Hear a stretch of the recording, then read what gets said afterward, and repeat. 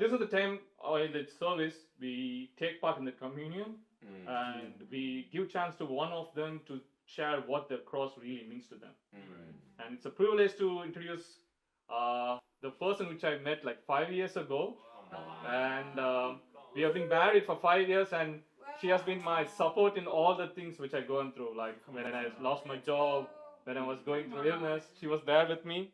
And when we read the Bible together, actually. Yeah. So she was like, she it's like when the two irons sharpen each other. So she was sharpening me, like she was doing that quiet time way early in the morning. I was not able to do it. She was there. She was doing it.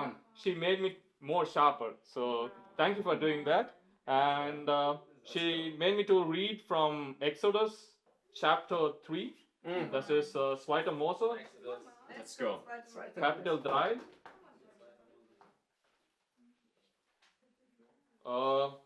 Verse 7 to 8, and then 13 to 14.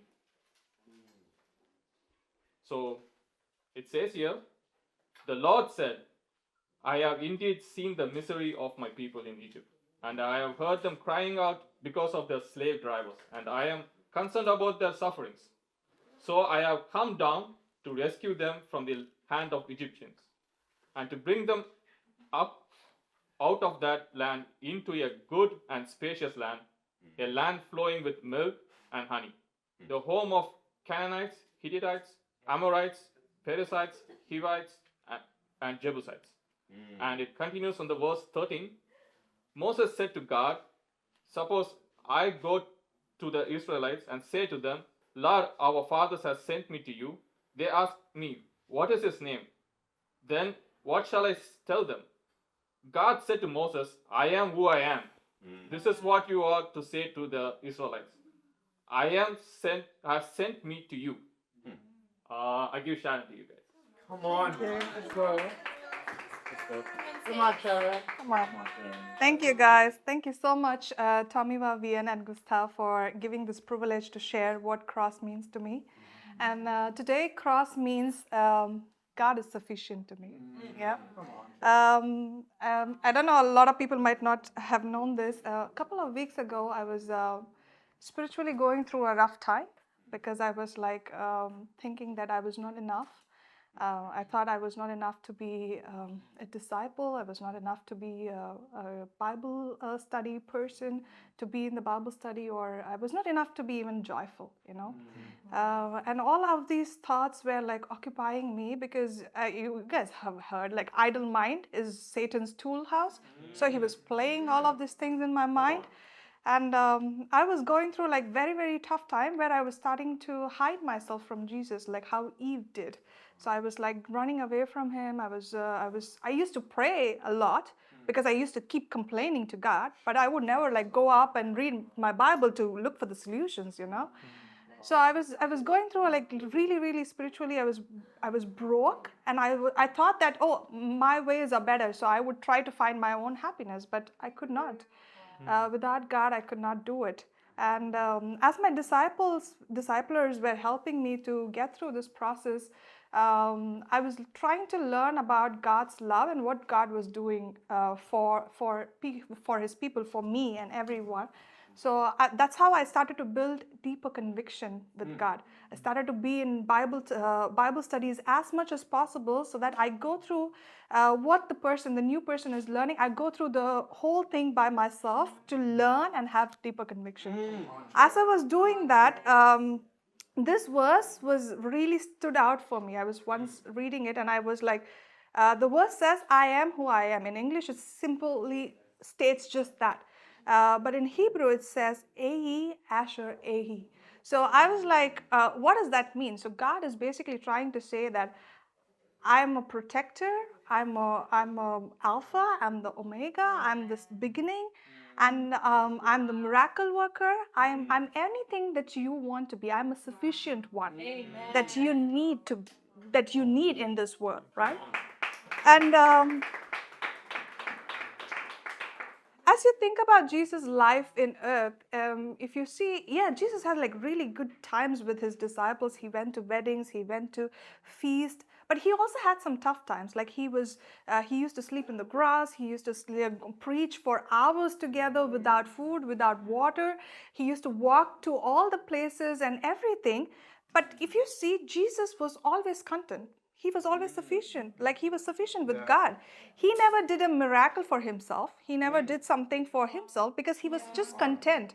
And how is this contentment is something that Jesus have is because he believed in his Father, that all through his tough times, he was in the cross, people verbally, physically, spiritually abused him so much, but his focus was like, today I'm going to be in paradise with God.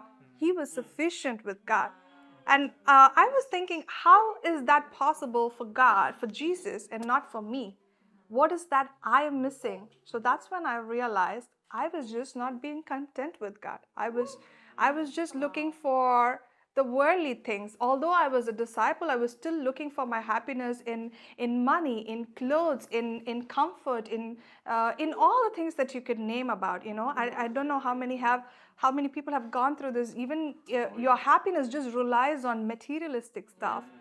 But imagine this. I'm a sinner. I've sinned so much in my life. I've done so many horrible things, and I did not do anything to be saved. Like I did not go to the cross. I did not die. I was not like nobody hit me for my sins or something. Jesus did everything for me, and he just said, I'm sufficient for you. That's all that you need. You just have to repent and then be baptized and do my work. And that was, why did I deserve this? Like what did I do to even deserve this? I am saved today. That itself is contentment. I'm not going to go to hell because when I got baptized, Jesus says your name is written in the holy book. That itself is contentment. How many of us are still looking for things in the worldly way, that like I was doing, And when I read this verse, it spoke very clearly. If I want God to be my protector, he will be my protector.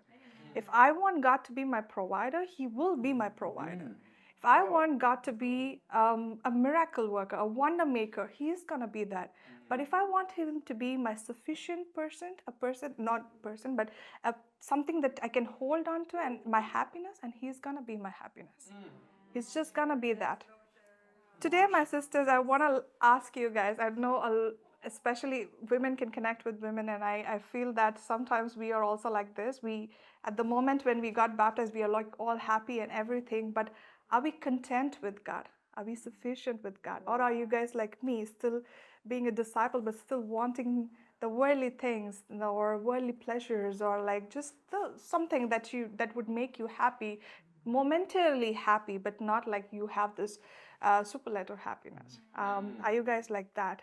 So I humbly ask, as we go through this communion, please think about the sacrifice that Jesus has done.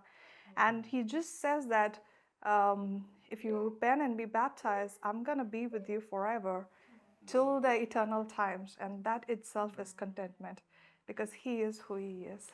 And with that, I give God all the glory. I'm a sold-out disciple in the fight to this day. I know we don't want to be another movement of men, but we have got to be the movement of our God again.